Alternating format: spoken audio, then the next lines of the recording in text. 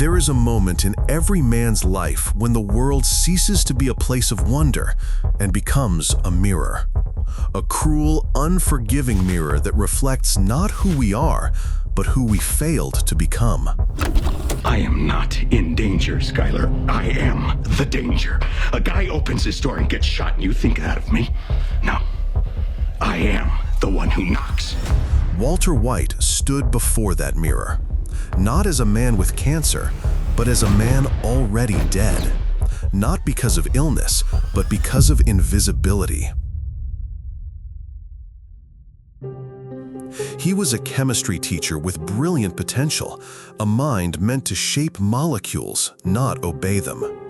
Once a co-founder of a promising company, now reduced to counting pennies for windshield wipers. He lived not in poverty, but in humiliation. And humiliation, unlike poverty, doesn't just hurt, it rots. Psychologists call it chronic perceived ineffectiveness. The belief that no matter what you do, you don't matter, that your actions are dust, that your life is silent. It's not sadness, it's not even depression, it's erasure. Walter White wasn't just a man who turned to crime. He was a man who clawed his way back into existence. And what woke him from sleep wasn't love or fear or even rage. It was cancer. His death sentence was his rebirth. Most people believe that power begins with ambition, but for Walter White, it began with humiliation. Every snicker behind his back, every student's eye roll, every quiet dinner where his voice meant nothing. He didn't want to be powerful, he wanted to be seen. Jean Piaget once wrote that deep inferiority can be the root of great action. But it's a double-edged sword. Some use it to heal, some use it to dominate, and some, like Walter, use it to rewrite their very existence. So he cooked, not just meth, but significance. In every crystal, he embedded his genius. In every deal, he reclaimed his ego. In every lie, he buried his former self. This wasn't about money. It was about alchemy, turning failure into legend. But here's the paradox of power born from pain. It doesn't heal you, it hollows you. Walter became powerful, but not whole. Heisenberg wasn't just an alias, he was a splintered soul, a ghost created to haunt the man Walter used to be. Walter White didn't fall into crime overnight. His transformation followed a rational pattern. In chemistry, every reaction has a cause. And for Walter, cause became justification.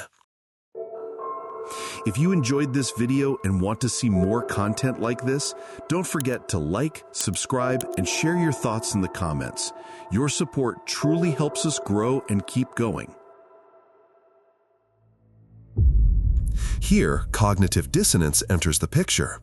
Walter held two conflicting beliefs. 1, cooking meth is wrong. 2, my family needs money to survive.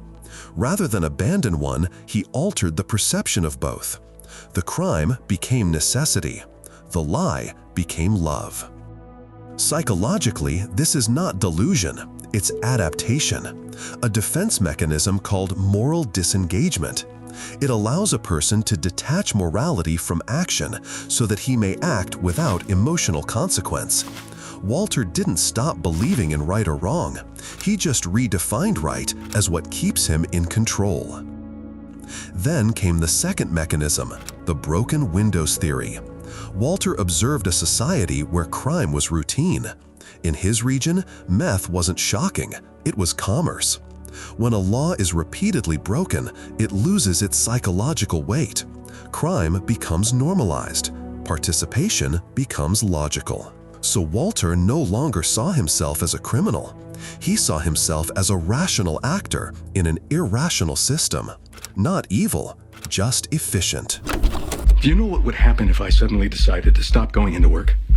A business big enough that it could be listed on the NASDAQ goes belly up. Disappears. It ceases to exist without me. No, you clearly don't know who you're talking to, so let me clue you in. But here's the danger of intellectualizing immorality. The mind can justify anything as long as the logic holds. And Walter? He was a master of logic.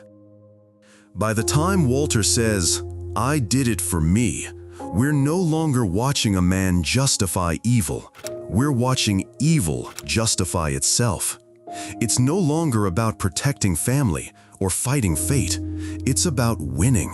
It's about control. Walter no longer serves the system. He becomes it. He is not a man reacting to injustice. He is a force that imposes order through domination, fear, and precision. He doesn't fear death. He fears irrelevance.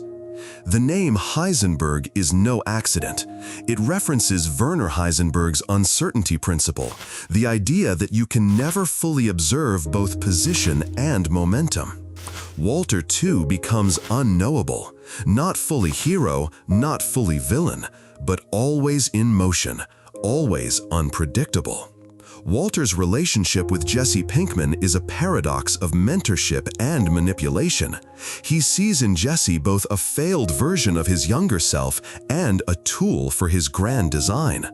When Jane, Jesse's girlfriend, overdoses beside him, Walter watches, calculating, detached, not out of cruelty, but control. Saving her would mean losing Jesse. In that moment, Walter chooses dominance over decency. And when he later reveals this truth as a weapon, it's not revenge, it's reinforcement. A grim reminder to Jesse that Walter is not just his partner in crime, but the architect of his fate. Walter's relationships are mirrors, each reflecting a truth he refuses to face. With his son, he craves admiration but offers control. With Skyler, he demands loyalty while hiding the very self she vowed to love. And Hank, his brother-in-law, becomes the embodiment of a world Walter tries to outsmart but ultimately fears. Even the fly, obsessive, meaningless, absurd, becomes a symbol of the guilt he cannot silence. The more he builds an empire, the more his connections corrode, until all that's left is a man at war with the reflections he once called family. What the hell is wrong with you? We're a family!